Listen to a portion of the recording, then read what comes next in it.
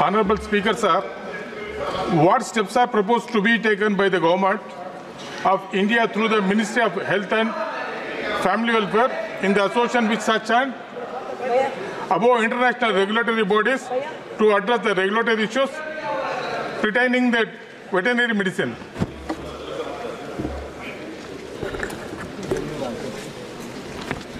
Sir, I have explained in my reply, but I would like to explain again that worldwide there are 3 models of regulatory bodies that we follow for human as well as veterinary drugs and medicines. There are countries like USA, EU, Japan, and so there are countries like USA, EU, Japan, and New Zealand which follow a common regulatory body. Then there are second categories of countries like the UK, like China, like Brazil, like Australia, which have a separate regulatory body system. And there is this third category wherein the countries follow a model where they have a main national regulatory authority body and within which they have a dedicated veterinary division. So India falls in that third model where we have one regulatory body and within which we have a separate dedicated division for veterinary drugs and medicines. That is how we have the arrangement for regulation. In case of our country, that body is CDSCO, which looks into the quality, safety and efficacy of the drugs, both human and veterinary, and it has a regulatory role in so far as the permission for the import, manufacture or clinical trials of any veterinary drug or human drug or vaccine is required. Okay? That's done. Okay. M.K. Vishnu Prasad. Dr. M.K. Vishnu Prasad. T. Sumati. Thank you very much, sir. Madam Minister, the Nidhi Aayog last year tabled its report on telemedicine for livestock. It also has highlighted a shortage of approximately 41,000 veterinary institutions, veterinarians, and thus called for improving coverage via telemedicine, which is the need of the hour.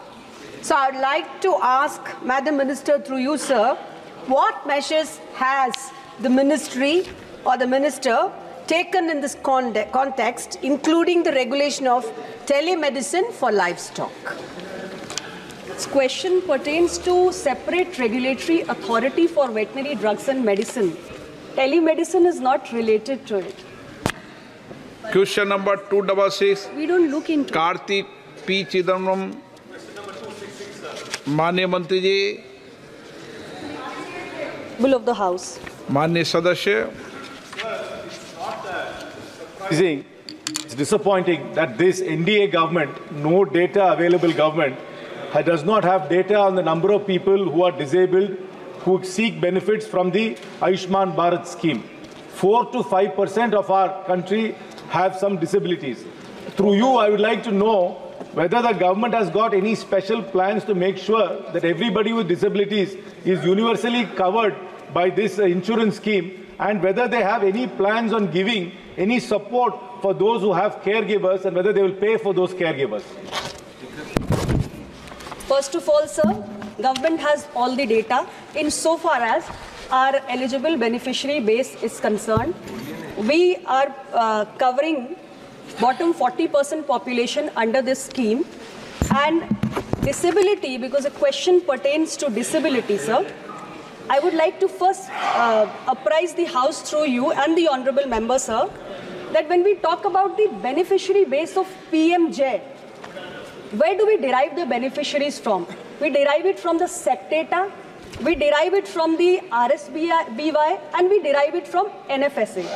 Sir, under SEC data, we have 3 criteria. One is the automatic allocation category. Second is the deprivation criteria for the rural areas under which D1, D2, D3, D4. If you go to D4, that is specifically for the disabled. So that criteria is disabled member and no able-bodied adult member. So disabled members or disabled persons under SEC have been included in this PMJ scheme.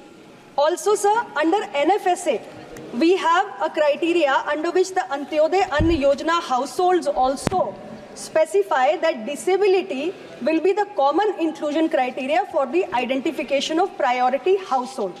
Disabled persons who are heading a household which has no societal support or an assured means of subsistence, or disabled person himself who does not have a societal support or assured means of subsistence, they are also included under PMJ. So disabled members are included in different ways under these schemes, but we don't maintain a central repository of only the disabled members, but we have an overall figure which reflects how many people we are covering under this scheme.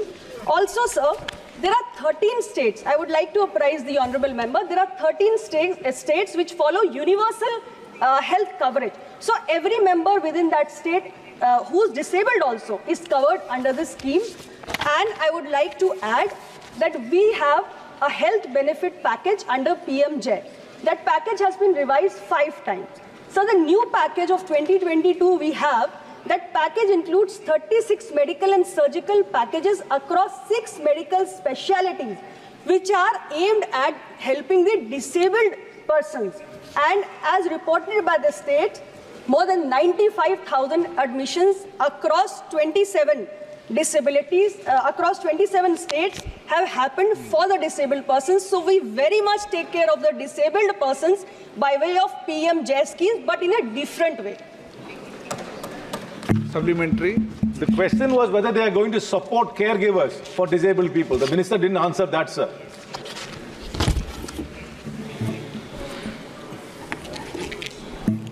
Sir, the question is about the caregivers. I would like to be very clear that Ayushman Bharat takes care of the curative part, not the rehabilitative part. So as far as the caregivers are concerned or the NGOs are concerned, they are mostly in the area of rehabilitation. This question and Ayushman Bharat is for curative part.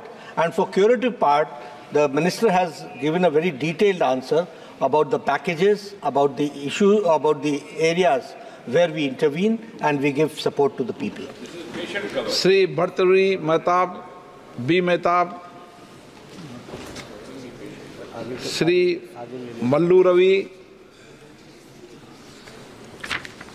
Honorable Speaker, sir, through you I want to know. Please, बैठो एक बार बैठो, आप बैठो.